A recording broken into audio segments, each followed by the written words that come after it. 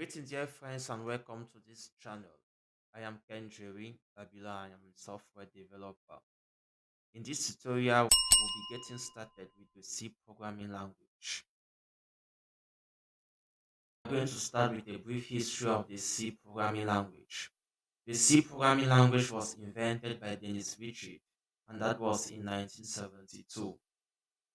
He worked in collaboration with Ken Thompson in order to develop the Unix operating system. As a result of this successful work, they won the Turing Award, and the Turing Award is one of the most prestigious awards in computer science. Before you start programming in C, there are certain tools that you will need to have. One of the tools is the compiler. You will need to set up or to install a GCC or GNU compiler. In addition to that, you will need an editor or an IDE such as Visual Studio.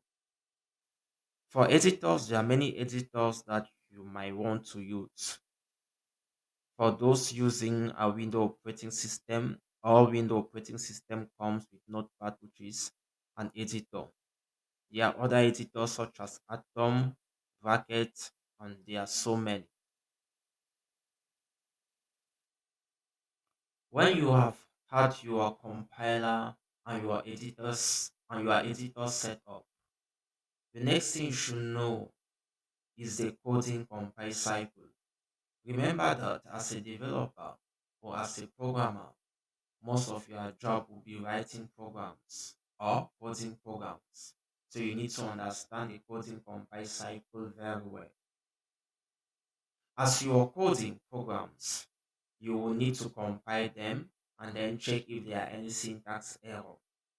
If it happens that there are syntax error, you will need to resolve the error and then fix the code and recompile it.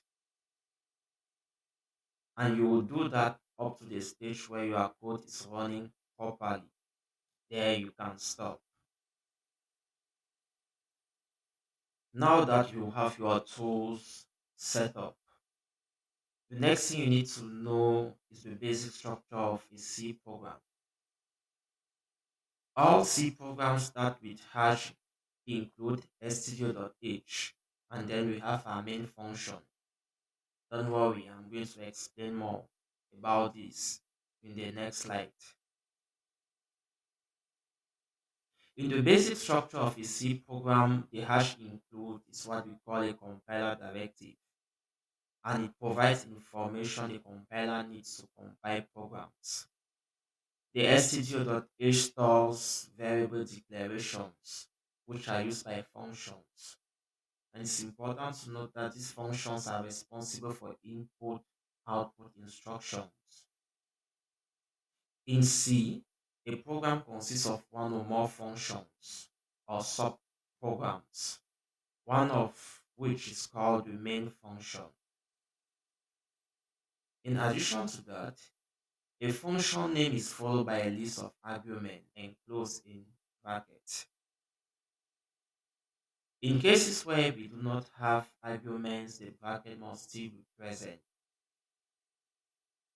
Thereafter, we need to add the left and right braces, which are used to define the start and end of a programming body. With all of this, you're set to start programming in C. Thanks for watching this video, and we meet in the next tutorial.